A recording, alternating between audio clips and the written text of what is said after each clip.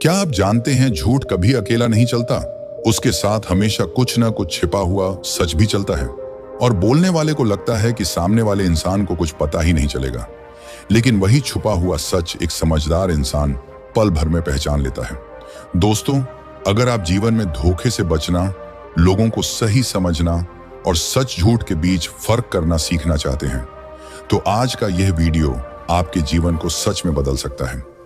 नमस्कार दोस्तों, स्वागत है आपका AMR राइटर यूट्यूब चैनल में। आज हम बात करने जा रहे हैं एक ऐसी कला की जिसे जान लेने के बाद आप किसी के भी झूठ, किसी के भी इरादे और किसी के भी शब्दों के पीछे छिपे सच को बड़ी आसानी से समझ पाएंगे।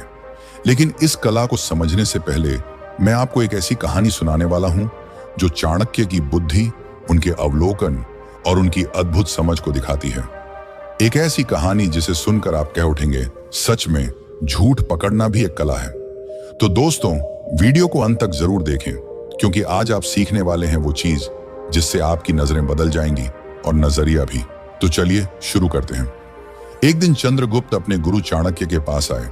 उनके चेहरे पर एक अजीब सी बेचैनी थी, मानो जैसे वे कुछ छिपा रहे हों।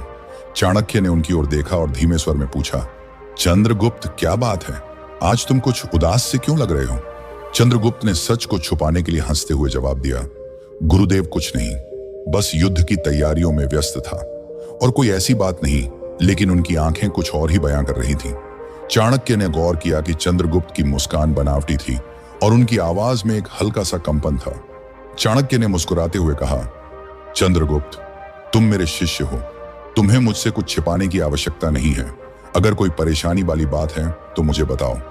चंद्रगुप्त ने फिर हंसकर बात को टालने की कोशिश की, गुरुदेव, आप भी ना हर बार मेरे मन की बात पढ़ लेते हैं। सच में कुछ नहीं हुआ। लेकिन चाणक्य को समझने में देर नहीं लगी। उन्होंने 2 मिनट के भीतर चंद्रगुप्त का झूठ पकड़ लिया। चाणक्य ने शांत लेकिन दृढ़ स्वर में कहा, चंद्रगुप्त, तुमने जो कहा वह सच नहीं है। तुमने कल रात एक गुप्त बैठक की थी जिसमें तुमने कुछ सैनिकों के साथ मिलकर एक योजना बनाई और वह योजना तुम मुझसे छिपा रहे हो। क्या जो मैं बता रहा हूं वह बात सही है चंद्रगुप्त?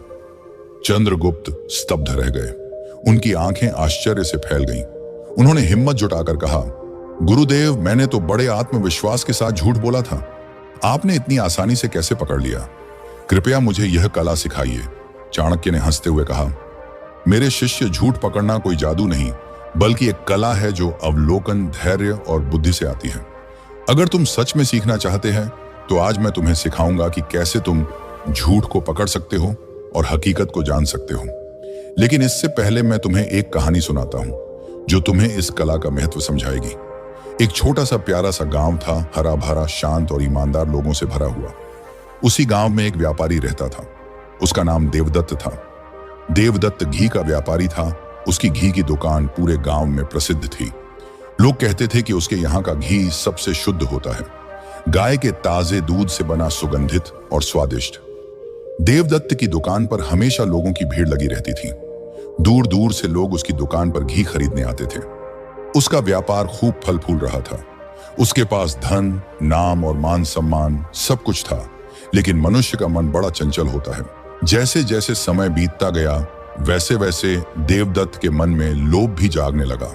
अब उसने सोचा कि यदि वह घी में थोड़ा सस्ता तेल मिलाए तो मुनाफा अधिक होगा, क्योंकि उसकी दुकान तो पहले से ही प्रसिद्ध हो चुकी है, जिससे कोई शक भी नहीं करेगा। पहली बार उसने बहुत डरते डरते यह काम किया। उसे उम्मीद नहीं थी कि लोग इस बात को समझ ही नहीं पाएंगे। लेकिन आश्चर्य, उस दिन भी उसकी सारी घी बिक गई। ना किसी ने उसके घी की गंध पर शक किया और ना ही रंग पर। यह देखकर उसका विश्वास और भी बढ़ गया। अब वह बिना डरे हर रोज घी में तेल मिलाने लगा, जिससे उसकी लागत घट गई और मुनाफा बढ़ गया। उसने नया मकान बनवाया, दुकान और भी बड़ी कर ली, गांव के मंदिर में दान देना शुरू कर दिया ताकि लोग उसे धर्मात्मा समझे।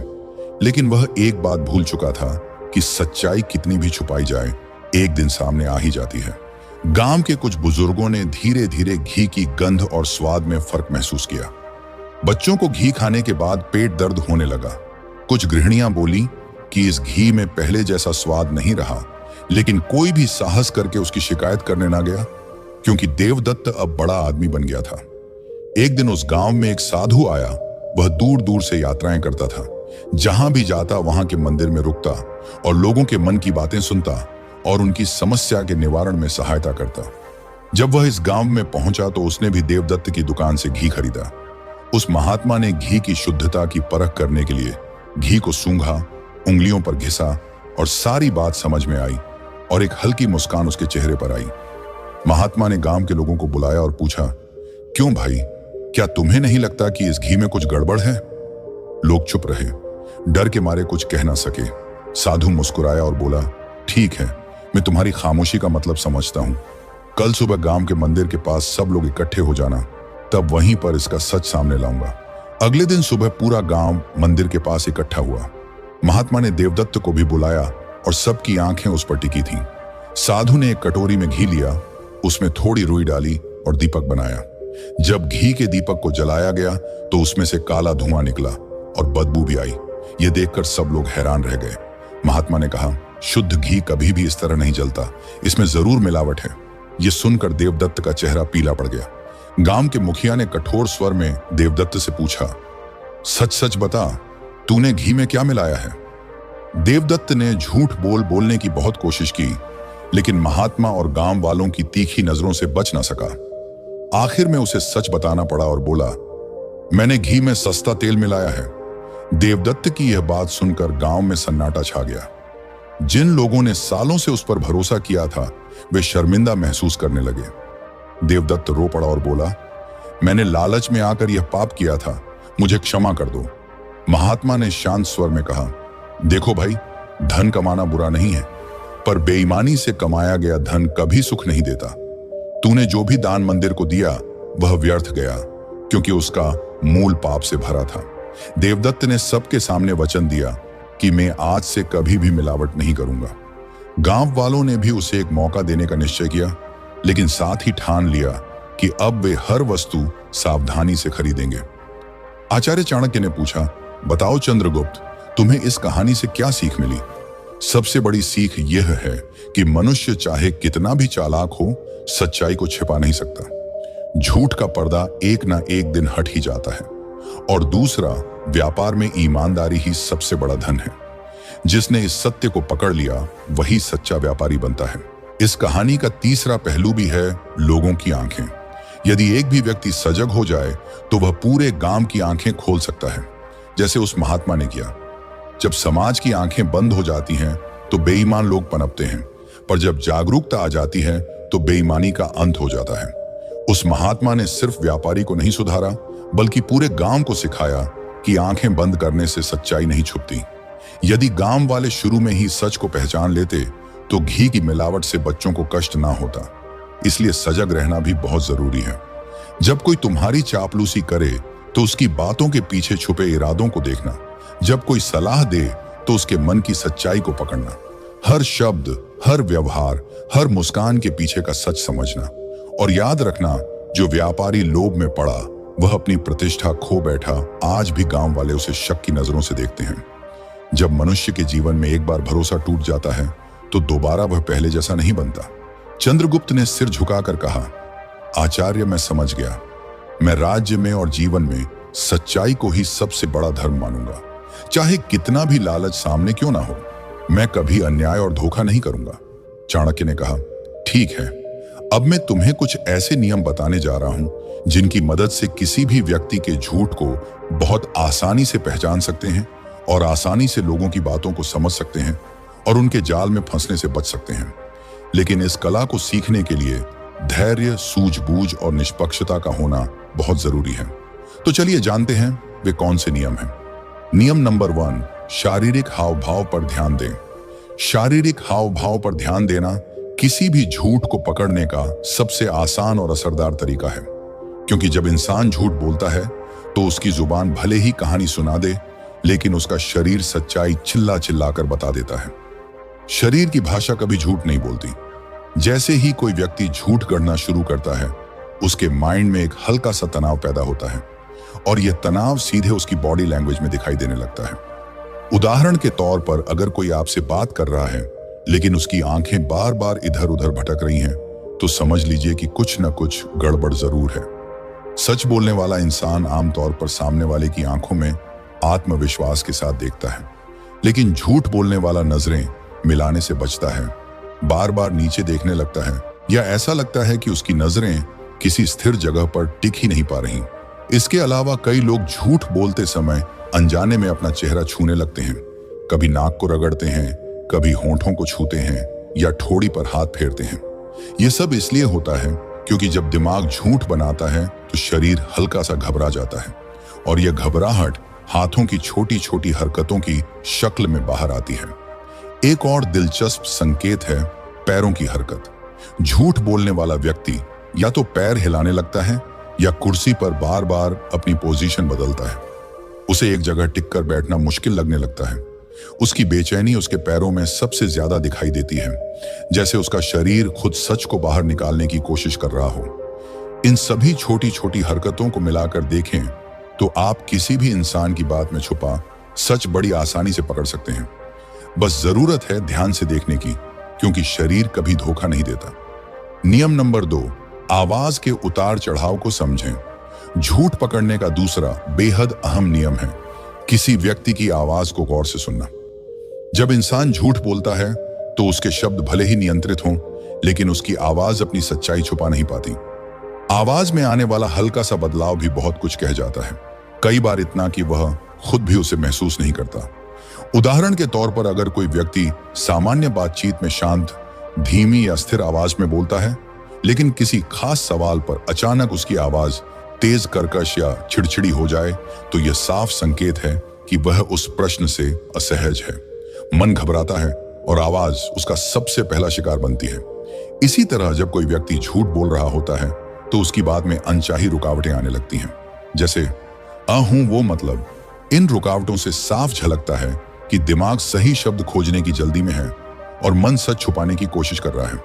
एक और दिलचस्प संकेत है बार बार अपनी बात दोहराना। झूठ बोलने वाला व्यक्ति अक्सर एक ही लाइन को 2-3 बार दोहराता है, मानो वह खुद को और सामने वाले को अपनी कहानी पर यकीन दिलाना चाहता हो। जैसे नहीं नहीं, मैं वहां था ही नहीं, सच में नहीं था, बिल्कुल नहीं। यह दोहराव बताता है कि वह अपने ही बनाए झूठ को मजबूत करने की कोशिश कर रहा है। और अब बात करते हैं आवाज के कंपन की।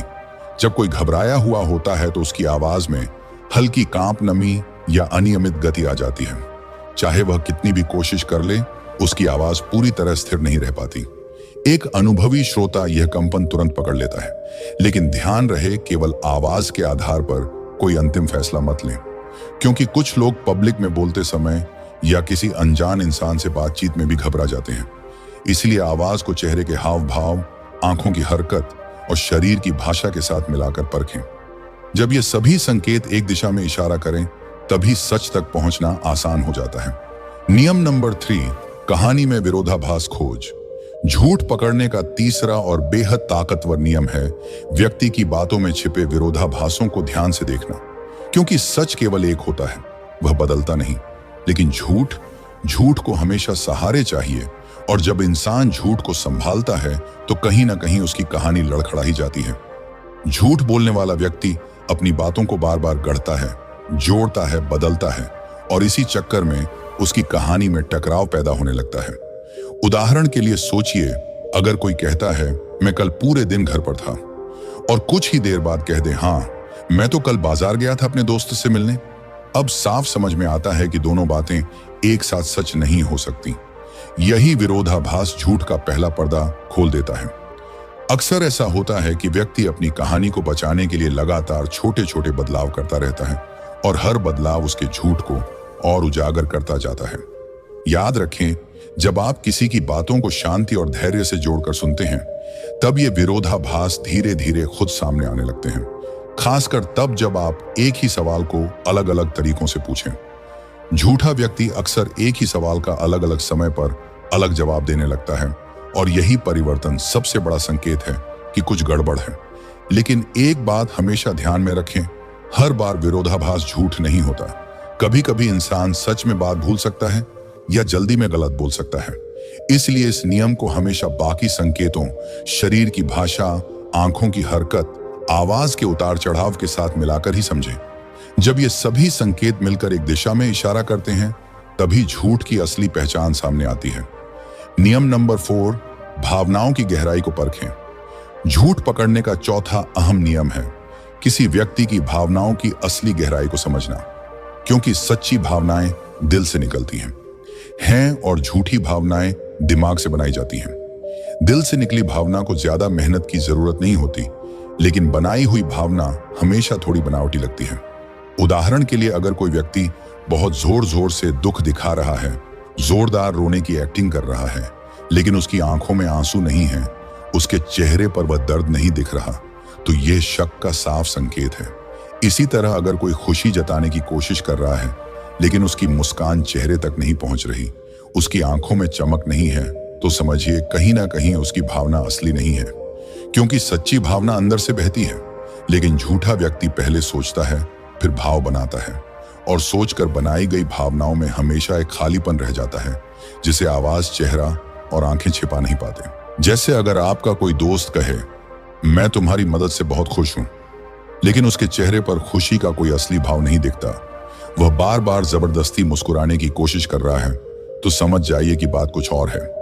इसी तरह झूठा दुख दिखाने वाला व्यक्ति अक्सर चेहरा छूता है, नजरें झुका लेता है, बार बार मुंह फेरता है, या अपने हाव भाव को खुद नियंत्रित करने की कोशिश करता है। लेकिन एक बात कभी मत भूलिए, हर बार ज्यादा भाव दिखाना झूठ का प्रमाण नहीं है। कुछ लोग स्वभाव से ही एक्सप्रेसिव होते हैं। कभी कभी कोई सच में भावुक होकर भी ज्यादा प्रतिक्रिया दे देता है। इसलिए हमेशा भावनाओं को अकेले मत परखें। उन्हें आवाज के उतार चढ़ाव, शरीर की भाषा, आंखों की हरकत और कहानी के फ्लो के साथ जोड़कर देखें। जब कई संकेत एक साथ एक ही दिशा में इशारा करें, तभी असली सच सामने आता है। नियम नंबर 5, समय का दबाव बनाएं। झूठ पकड़ने का 5वां शक्तिशाली नियम है सामने वाले पर हल्का सा समय का दबाव बनाना, क्योंकि झूठ बोलने वाला व्यक्ति अपने जवाब को तैयार करने के लिए समय चाहता है। उसे सोचना पड़ता है, याद बनानी पड़ती है, कहानी जोड़नी पड़ती है। लेकिन सच बोलने वाला क्या करता है, वह बिना रुके, बिना झिझके सीधे जवाब देता है। इसलिए जब आप अचानक कोई सवाल पूछते हैं और सामने वाला व्यक्ति तुरंत जवाब देने के बजाय सोचने लगे, नजरें घुमाएं, ऊपर नीचे देखने लगे या होंठ भींचने लगे, तो समझिए कि वह अंदर ही अंदर कोई कहानी तैयार कर रहा है। उदाहरण के लिए, अगर आप पूछें, कल रात कहां थे, और सच बोलने वाला तुरंत बोले, मैं तो घर पर था, लेकिन झूठ बोलने वाला पहले रुक जाएगा, सोचने लगेगा और फिर जवाब देगा, क्योंकि उसका दिमाग पहले स्थिति का हिसाब लगाता है, फिर झूठ को पक्का करता है और फिर बोलता है। यही समय की देरी, वही झिझक, उसी में छुपा होता है सच का संकेत। जब आप किसी पर अचानक सवालों की हल्की सी बौछार करते हैं या उससे तुरंत जवाब मांगते हैं, तो झूठ बोलने वाले की घबराहट बढ़ जाती है, उसके चेहरे की मांसपेशियां कड़ी हो जाती हैं, पसीना आ सकता है और उसका शरीर अनायास हरकत करने लगता है, जैसे कि वह नियंत्रण खो रहा हो। लेकिन हमेशा याद रखें, कभी कभी सच बोलने वाला भी समय लेता है। हो सकता है सवाल पुराना हो, व्यक्ति थका हुआ हो या उसे अचानक याद ही ना आ रहा हो। इसलिए केवल समय की देरी देखकर किसी को झूठा मत मानिए। समय के दबाव को हमेशा बाकी संकेतों, आवाज, हाव भाव, नजरें, कहानी की निरंतरता, इन सब के साथ जोड़कर समझें। जब कई संकेत एक साथ झूठ की ओर इशारा करें, तभी अंतिम निष्कर्ष निकालें, क्योंकि झूठ अकेला नहीं चलता, वह अपने साथ कई छोटी छोटी गलतियां लेकर चलता है। और समय का दबाव उन गलतियों को उजागर करने का सबसे आसान तरीका है। नियम नंबर 6, अतिरिक्त जानकारी पर गौर करें। झूठ बोलने वाला व्यक्ति अपनी बात को विश्वास दिलाने के लिए बहुत सारी अनावश्यक जानकारी भी देता है। वह छोटी छोटी बातें बताने लगता है जो असल सवाल से जुड़ी नहीं होती। उदाहरण के लिए, अगर आप किसी से पूछें, तुम कल कहां थे, और वह बोले, मैं मार्केट गया था, वहां एक लाल गाड़ी दिखी, फिर अचानक बारिश भी आ गई, तभी मुझे दोस्त मिला, तो यह जरूरत से ज्यादा विस्तार है। सच बोलने वाला सीधा जवाब देगा, मार्केट गया था, बस हो गया। यहां झूठा व्यक्ति अपनी बात में इतना लच्छेदार मसाला भर देता है कि सुनने वाला उलझ जाए और असली सवाल भूल जाए। यह भी झूठ का संकेत हो सकता है, लेकिन सावधानी यहां भी जरूरी है। कुछ लोग स्वभाव से विस्तार में बात करते हैं, इसलिए इस आदत को पहले समझें। जब किसी विशेष विषय पर उसकी बात असामान्य लंबी हो जाए, तब सतर्क हो जाए। नियम नंबर 7, अपनी प्रवृत्ति पर भरोसा करें। झूठ पकड़ने का 7वां और सबसे गहरा नियम है अपने अंदर को सुनना। हम सभी के भीतर एक स्वाभाविक अनुभूति होती है जिसे आप अंतर्मन, गट फीलिंग या छठी इंद्रिय जो भी नाम दें, पर इसकी शक्ति को कभी कम मत समझिए, क्योंकि कई बार इंसान झूठ अपने शब्दों से नहीं पकड़ाता, बल्कि वह झूठ आपके मन में पैदा होने वाली उस हल्की सी बेचैनी से पकड़ में आता है। जब कोई व्यक्ति बहुत आत्मविश्वास से आपकी आंखों में देखकर कहे मैं सच बोल रहा हूं, और फिर भी आपके भीतर कहीं ना कहीं एक छोटी सी आवाज उठे कुछ तो गड़बड़ है, तो उस आवाज को नजरअंदाज मत कीजिए। यह आपका अवचेतन मन है जो व्यक्ति की आंखों, उसके हाव भाव, उसकी आवाज, कहानी के उतार चढ़ाव, इन सब संकेतों को मिलाकर एक निष्कर्ष निकालता है और आपको चेतावनी देता है। अक्सर वही चेतावनी सही होती है।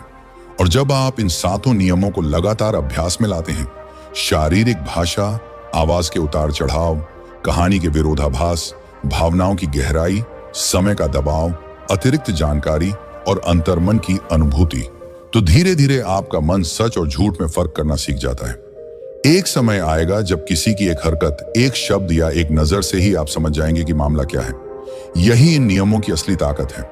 दोस्तों, सच और झूठ की पहचान करना सिर्फ एक कला नहीं, यह एक जीवन कौशल है। अगर आप इन 7 नियमों को अपने रोजमर्रा के जीवन में इस्तेमाल करने लगेंगे, तो आपकी समझ, आपकी दृष्टि और आपका आत्मविश्वास तीनों कई गुना बढ़ जाएंगे। दुनिया में बहुत लोग हैं जो शब्दों से खेलते हैं, लेकिन याद रखिए, सच हमेशा खुद को दिखाने का रास्ता ढूंढ ही लेता है।